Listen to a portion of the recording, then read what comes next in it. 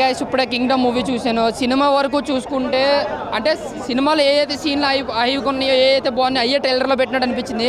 ట్రైలర్కి ఉన్న హైప్లో సినిమా సగం కూడా లేదన్న. ఎందుకంటే ఫస్ట్ హాఫ్ ఓకే ఏదో డీసెంట్గా వెళ్ళిపోతూ ఉంటుంది, మనం చూస్తాం ఏదో జరుగుద్ది, ఏదో ఒక ఇంటెన్షన్తో చూస్తాం, ఇంటర్వెల్లో ఒక హై మూమెంట్ ఉంటుంది, నచ్చుద్ది. బట్ సెకండ్ హాఫ్ వచ్చేటికి ఏంటంటే అసలు సంబంధం లేకుండా కొంచెం ఏదేదో వెళ్ళిపోతూ ఉంటుంది, బాగా ఖచ్చితంగా చావులు అంటూ కూడా.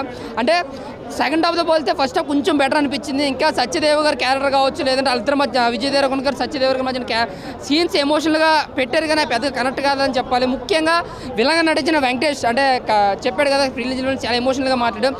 తన క్యారెక్టర్ మాత్రం చాలా బాగుంది. సినిమాలో ఒక ఒరిజినల్ విలన్గా క్రూరత్వం చూపించాడు. యాక్టింగ్ బాగుంది, ఆ స్కిల్స్ బాగున్నాయి, చాలా డైలాగ్ డెలివరీ కానీ అంతా ఆయన కోసం మాట్లాడాలి. ఇద్దరికన్నా యాక్టింగ్ ఆయన బాగుంది, నాకు బాగా నచ్చింది ఆయనదైతే. ఆయన క్యారెక్టర్స్ కదా స్టోరీ పరంగా కొంచెం రొటీన్ స్టోరీ అన్న. అంటే ఇలాంటి స్టోరీలు ఎన్ని వచ్చాయో మీరే అనుకుంటారు.